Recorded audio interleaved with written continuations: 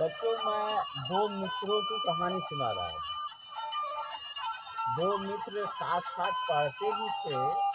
ये पढ़ने के बाद जो है, एक लड़का जो है पहलवानी करने लगा और एक किसानी।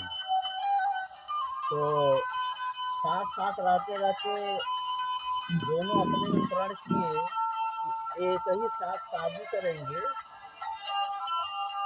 तो दोनों अपने में कहे ठीक है, एक ही साथ शादी करेंगे हम लोग।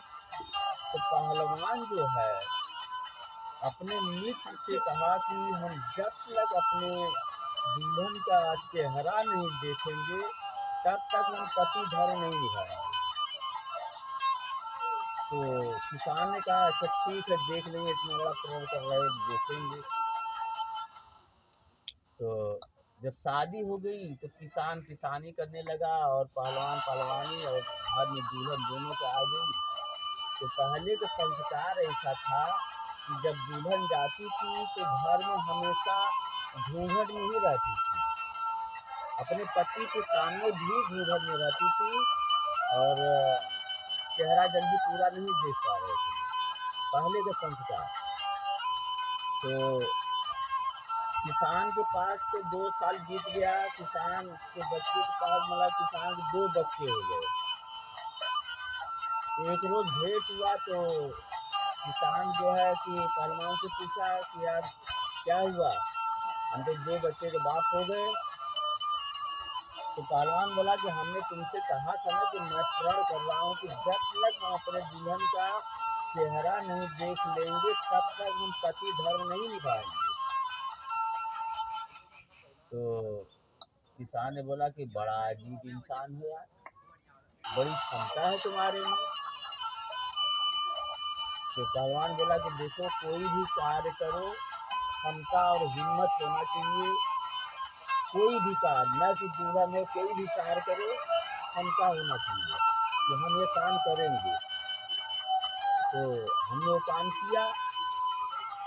तो किसान अपने घर चला गया। तो पहलवान सोचा कि यार हमारी पत्नी जो घूंघट नहीं हटाती है, अब इसको हम जंगल में ले जाएंगे घुमाने के लिए, शायद वहाँ घूंघट खोल दे।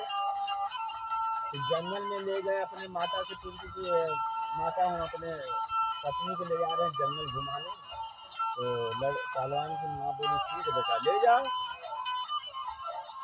तो उसके माता को तो पता था कि लड़का बोलता नहीं है अपने औरत से। तो बोली माता कि ठीक है बेटा ले जाओ, जंगल घुमा लाओ। तो जंगल में गया तो कभी भी घूंघट में थी वो पहलवान की औरत, पहले उसका संस्कार ऐसा था। तो जंगल में सामने एक शेर आ गया। शेर आ गया तो पत्नी तो डर गई। तो पहलवान बोला कि तुम डरो नहीं, शेर के सामना मैं करूँगा, डरना मत। और हम उसको मार ही देंगे तो घर में किसी से मत करना कि हमारी बेइज्जती होगी कि पहलवान होकर के एक शेर को मार तो क्या हुआ। तो ठीक है, तो शेर आ गया सामने और वार करने आया। तब तक पहलवान ने शेर को पकड़ लिया और मार होते पटक के मतलब शेर को मार डाला। तब पर भी दुल्हन घूंघट नहीं हटाई। तो समझ गया पहलवान की ये संस्कार इसका यही रहेगा, ये नहीं हट पाएगा। तो घर लेके आ गया। तो दुल्हन के माता पिता जो है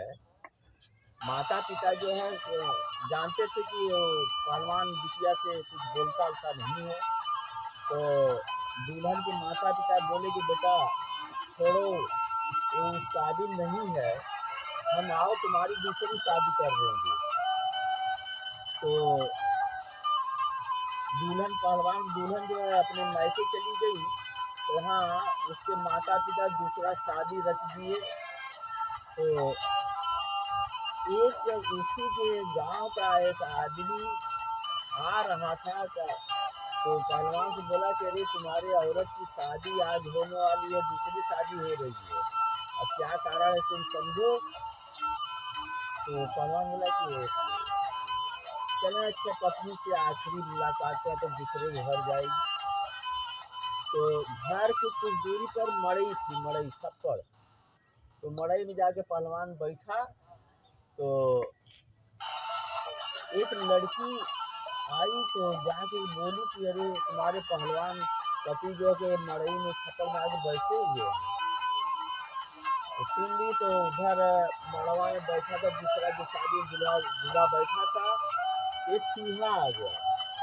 चूहा आ गया तो सब लोग पकड़ दूसरे में कूदे, जैसे दूसरे में कूद रहे थे चूहा, तो सब लोग पकड़े थे लेकिन पकड़ा नहीं रहा था। तो दूसरा दूल्हा जो है चूहा दर से पकड़ के मार दिया।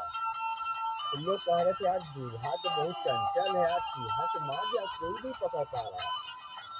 तब उसकी पत्नी पहलवान की सोची कि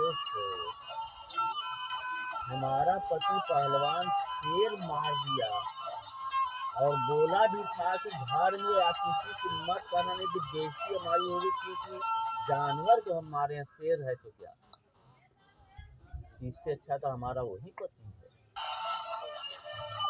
तो थाली में खाना सजा दी, सजा के छप्पर में आई तो बोली कि आप यहाँ आए हैं, आप लीजिए कुछ, सब तो दूसरी जगह जा रहे हैं। तो ठीक है दो खाना। जब तो वहाँ घूंघट खुला था, मायके में तो कोई घूंघट करता नहीं, तो वहाँ घूंघट खुला था। जब खाना देने गई तो आंचल नीचे गिर गया। उसी टाइम पहलवान अपना पति धर्म निभाया और जाके फिर दुल्हन पहलवान को बोली कि हम दूसरी शादी नहीं करेंगे, अब हम जा रहे हैं अपने पहलवान पति के साथ। इसके ऐसा संस्कारिक इंसान कोई नहीं मिलेगा हमारे लिए। उसका संस्कार और कुछ है, जो प्रण करेगा वो करेगा, जो हिम्मत करेगा, जो कार्य करना चाहेगा वो कर लेगा। और हम उसी के साथ जाएंगे, उसी के साथ जीवन बिताएंगे, दूसरी जगह नहीं जाएंगे। तो बच्चों ये जैसे उन्हें महाराज में कोई बुरा नहीं है, सभी लोग सुन सकते हैं, ये संस्कार उसका प्रण था। आप लोग कोई प्रण करो किसी भी काम में, इसको पूरा करो। और लड़कियां अपने किसी घर में जाती है संस्कार में रहना चाहिए, मान सम्मान से रहना चाहिए, तो मान बढ़ता है, उन्नति होती है। लोग कहते हैं बहुत अच्छी बहू है आप, फला बहुत अच्छा अपना बहू लाया है, फला लड़का अपनी पत्नी अच्छा है, उसकी नसीब में अच्छी दुल्हन मिली है। ये घर का संस्कार की कहानी है बच्चों। हम तो कहानी कह दिए छोटी सा, लेकिन समझने की पूर्ण की तरह हमारी तो बीत चुकी है। और मैं समाज से भी धन्यवाद बोलता हूँ। फिर मिलूँगा, तब तक के लिए धन्यवाद।